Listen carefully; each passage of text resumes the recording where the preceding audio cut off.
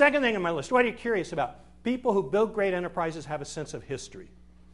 I think, last I looked, the only graduate business school in the country that requires business history as a course is Harvard Business School. That was the last I looked. We as a society don't have a lot of respect for history, what you can learn from the past. You absolutely cannot know where you're going if you do not know where you came from. You can only look as far forward as you look backward. And any understanding of the future comes from an understanding of the past, or at least that's a critical part of it. And what I'm talking about there are really two things. One is looking at the trends that matter, and the other is learning the lessons of history. So the trends that matter. As a retailer, most important thing to happen to us since World War II has been the entry of women into the workforce. Now, it's gone from, I don't know, around 20% way back before World War II to around 60% today of American women have full-time jobs. All kinds of implications for our society, for education, for child care. As a retailer, one of the things it means is people no longer shop Monday through Friday, 9 to 5. They shop nights, they shop weekends, they shop lunch hour. Now, that was a big glacial change. It took place very gradually. It wasn't an event. Therefore, the journalists don't pick up on it.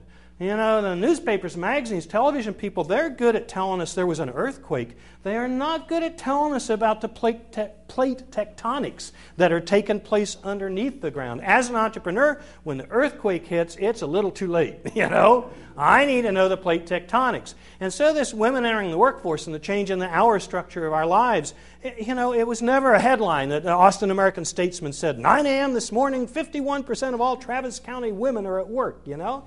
And in large part because of that, people missed it. The U.S. banking industry hired hundreds of thousands of women and never noticed women have gone to work. The only major bank in the United States that I know of that's open nights and weekends is Commerce Bank out of Cherry Hill, New Jersey, which has just become a part of the TD, Toronto Dominion operation. Travel agency industry, 62% of the people working in it are women. They never notice women have gone to work. In most U.S. cities, you can't buy a package at Cancun or Disney on a Thursday night or a Sunday afternoon when the real retail action is happening. And so there are these huge trends, and people miss them. And fortunes are lost, enterprises collapse, and other new ones are created just because of that awareness of the trends. It's a fun game to play. What's the next big trends that are really going to matter? And there are different trends in every community, in every industry. But the two of the broad ones that always come to my mind, first of all, the aging of the baby boom. We're still here. Every morning, get up and look in the mirror, I can see the aging of the baby boom, you know. And yet, most of our society has a youth orientation. The big media companies are, 18 to 34s or whatever. Hey, the clothing makers are all doing buttons. It's going to be Velcro time here pretty soon, you know. and I always use the case. The Austin airport, beautiful. I still think of it as a new airport. Beautiful facility. All those signs that show where are the bathrooms, where's the baggage claim and all that. The font size is made for eyes Bejoy's age, not eyes my age, you know. And I'm guessing they'll have to invest $5 million plus in re-signing that whole place within 10 years. Because the architects didn't happen to have a world almanac nearby that showed the aging of the baby boom, you know. Huge, huge implications and opportunities throughout our society. And that one really throughout the first world. You know, the aging of the population at this time is less of an issue with China and India, but is a bigger issue in Japan than it is here. And Western Europe, also a huge thing. The next one, the Latinization of America. You pick the term Latino, Chicano, Hispanic, whatever you want to call it. We're up to 14% of the U.S. population. It's now larger than the African-American share of the population. It's growing faster, more babies, more people moving in.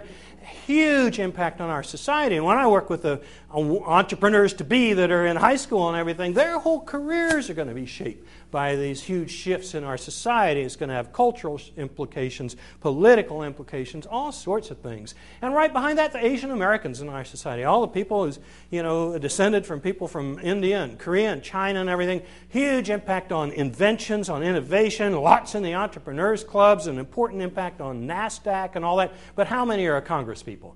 How many are governors?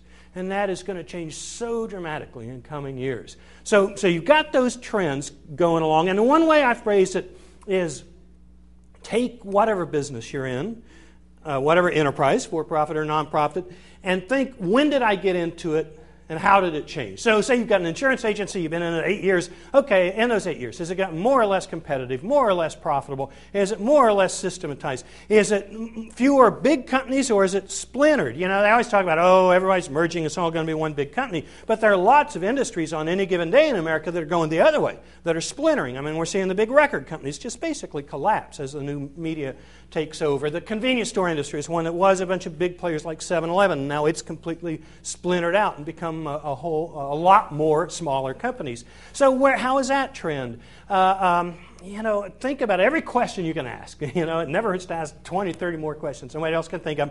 And then look and say, okay, so how did it change? You know, like 10 years ago we were making 10% on sales. 5 years ago, 5%. Last year, 1%. Well, that's a line, you know. And I don't care what they say about chaos theory and unexpected and cataclysmic and black swan and all that. Almost everything in life has a pattern. And the things that don't have patterns are incredibly hard to predict, and you spin a lot of wheels trying to predict those things, you know? And it's fun and everything, but hey, most things are either on a sine wave or on an S or logistic or Gompertz curve, you know? You study biology, little plant scum on the pond and everything, it's the same curve. You know, if you have too many companies providing a service in an industry, you're going to follow the same curve. You know, most things follow a pattern, geometric or whatever, and it certainly is the place to start in understanding. And that ties directly to learning the lessons of history. I go around and talk to technology companies, Microsoft, Oracle, whoever, and you look, what are some of the issues they're confronting? Okay, do we listen to Wall Street or do we listen to the engineers? Do we make a single product in our company or do we make 1,000 variations? Customize everything. Do we make an ugly black box that just works, or do we make it cool looking? Do we make the iPod? I have a list of 30 questions like that software and hardware companies deal with. Every single one of those was dealt with between 1910 and 1930 by Walter P. Chrysler, Henry Ford, and Alfred P. Sloan, the man that built General Motors. Every single one of them. I'm not saying the answers are always going to be the same, but many times they are. And there is so much to be learned from them. Sears Roebuck, a wonderful, greatest retailer ever at its peak. My not so humble opinion, believe the current owners are destroying the company. If they just took a weekend and read a 1950 or 1951 book called Catalogs of Counters, which is a history of Sears Roebuck, I believe they'd have a chance of saving that company. I mean, every weekend they wait and don't do this, it's getting less likely. And I don't think they're going to read the book. And I'm not saying use the techniques.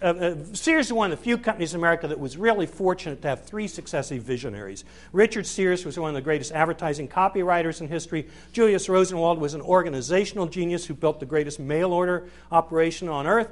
And Robert Wood then turn it into a retail chain. And blessed to have these 3 successive visionaries. And I'm not saying use the techniques they use. I'm not saying use the telegraph to talk to your store managers, you know.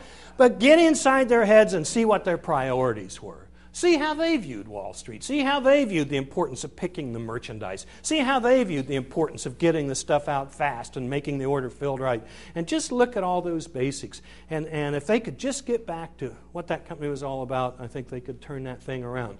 And it's true of every industry in America, every enterprise in America. Who started it? Why did they start it? What was in their head? What was the purpose of the business?